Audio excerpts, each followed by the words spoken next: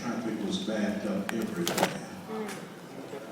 And that next morning I woke up late and I was running late to church and I hit this dead end. Now I'm beating the steering wheel. I'm saying some things that I shouldn't say.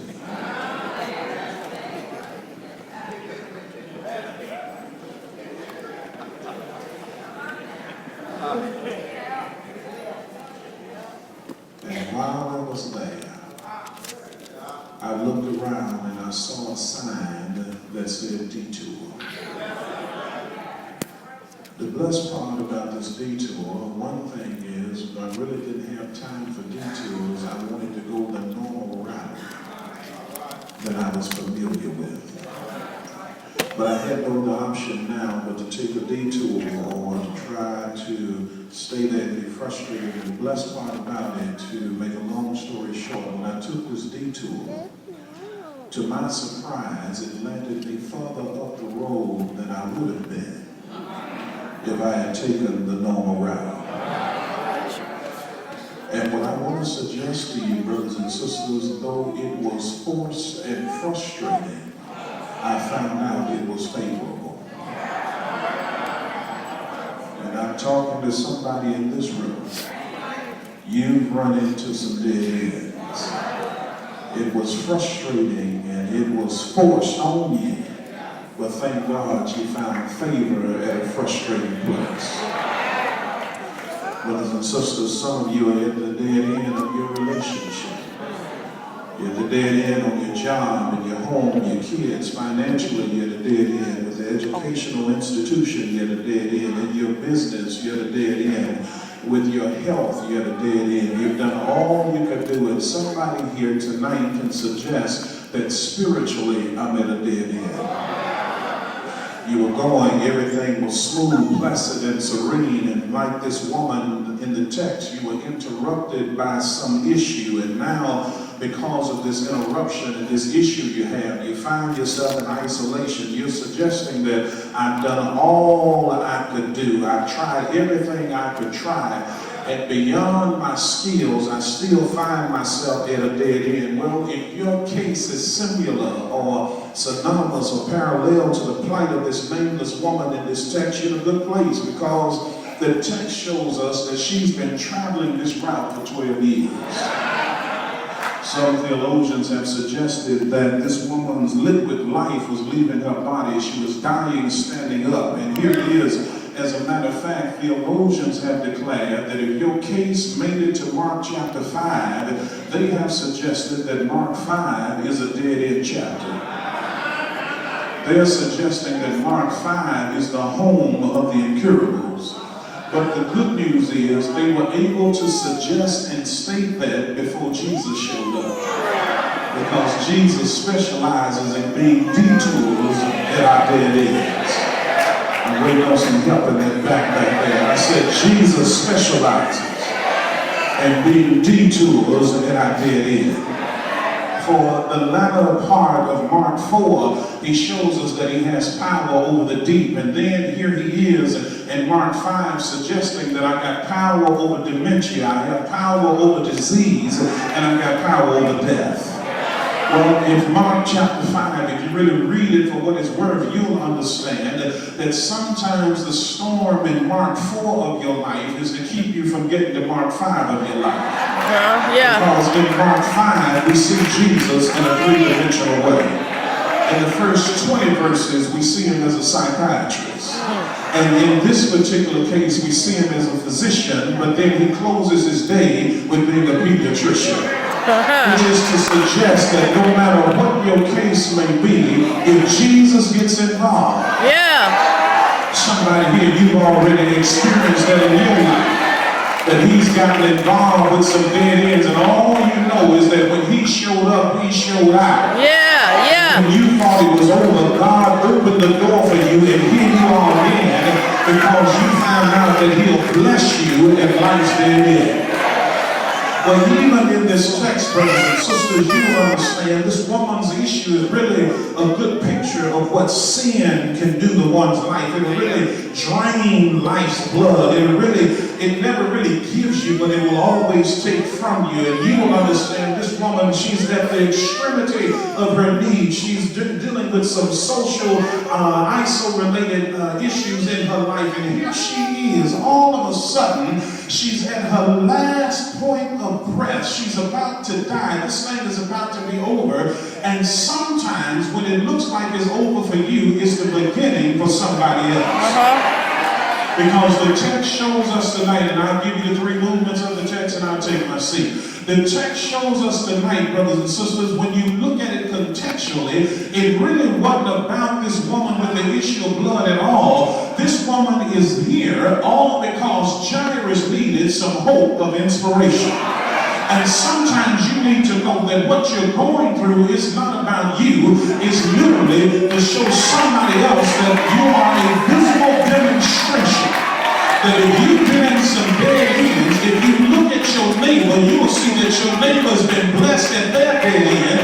So you can believe that if God did it for them, if you hang in there, he'll do it for you.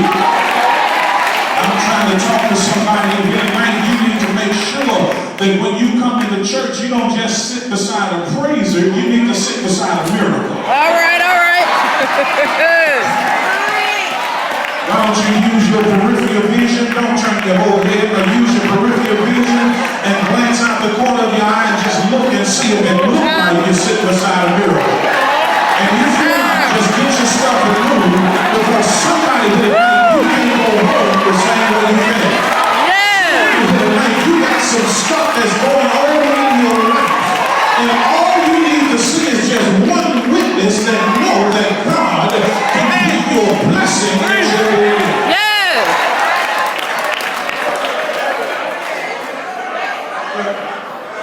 The first movement in the text, and I want to share with you tonight, brothers and sisters, when you're at a dead end, it's about spiritual awareness.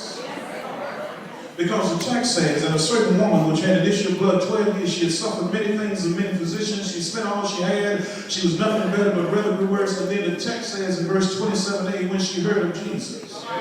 You see, there are some things you're not going to find out until you don't have anything left. Sometimes he'll let you run low and run out so you can finally run into him. I said, sometimes he'll let you run low and run out so you can finally run into him. Her awareness was heightened, first of all, when she had to deal with this incurable disease. It didn't look good for her. She's a nameless nobody. She's ceremoniously unclean. This thing has been lasting for 12 years, y'all. This woman is not going to get any better. Not only was she dealing with an incurable disease, but the second thing you'll understand is that she had incapable doctors because every physician she went to let her down. Have you ever gone to some people for advice, but their advice didn't work for you? So literally you spend all you have trying to keep the little bit you got left. So this woman is suggesting that while I'm in between lost and losing, I found out that God will bless me when I have an incurable disease and incapable doctors, and then thirdly, when I got insufficient dollars. Because somebody here will suggest that I don't have the money to buy what I need, but when I don't have money, if I find the master of miracle, it can still be in progress. Is there anybody here believe in miracles tonight? You see, you've got to have a faith that will elevate you to do something. And you see, if you do something you've never done, you'll start getting some results that you never had. Let me see, can I say it another way? The rule of faith is to believe what you can't see, but the reward of faith is to see what you just believe. You see, you've got to understand, you've got to have a faith even in your failures. You've got to have a faith even in your frustration. You've got to have a faith even when you feel flaws all around you. Is there anybody in here can suggest that I thank God that I heard about Jesus? Gossip, but I'm going through, I want to hear about what's happening on TV.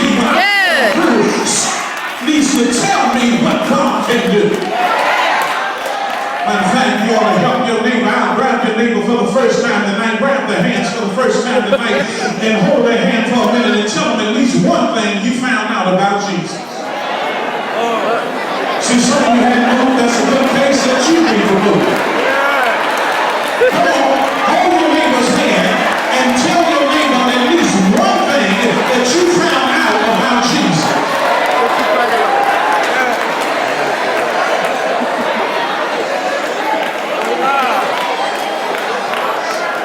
I should have heard somebody up here, and then some of you didn't move at all. But I need a few of the people in here. I need a remnant of people in here that know that God can do in your life. If you don't have nothing else to say, at least you ought to say he died. At least you ought to say he was there. At least you ought to say in the early the third day morning, Father raised him and all power in his hand. I said it again. At least you ought to say he died. He was buried in early the third day morning. The Father raised him with all power in his hand. When I go through, tell me about Jesus.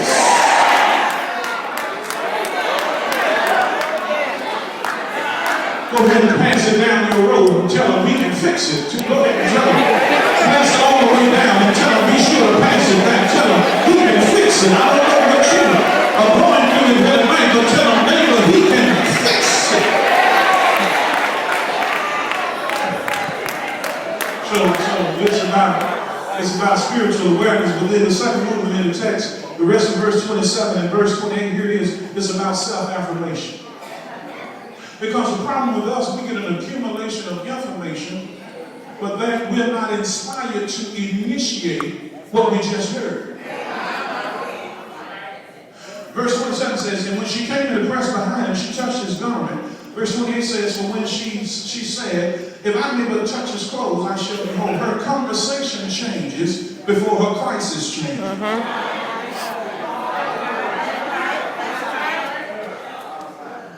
You got to believe he can do it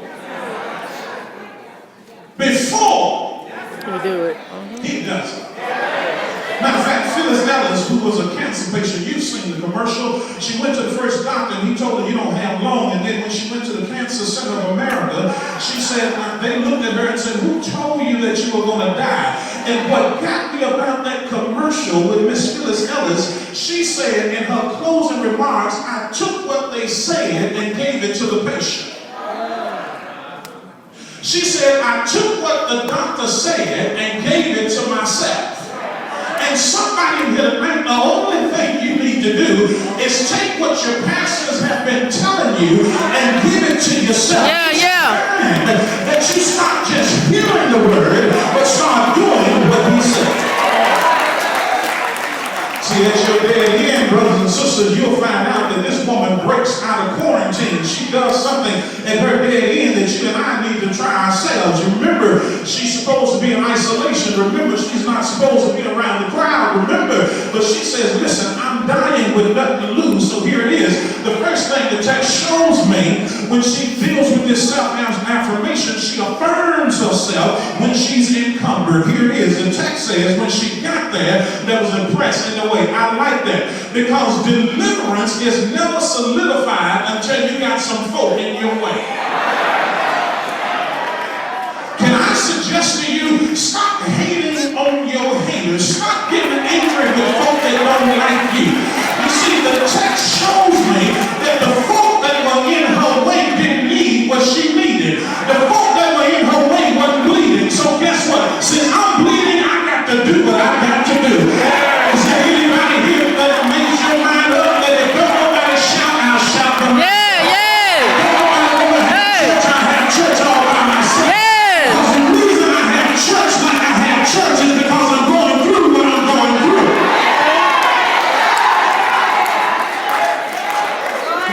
Some people will keep you bound.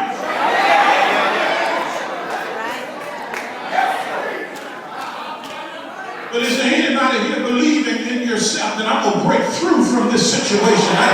Is there anybody here who give me a high five in the atmosphere and say, I'm there in my mind, I'm going to live? Yes, I am.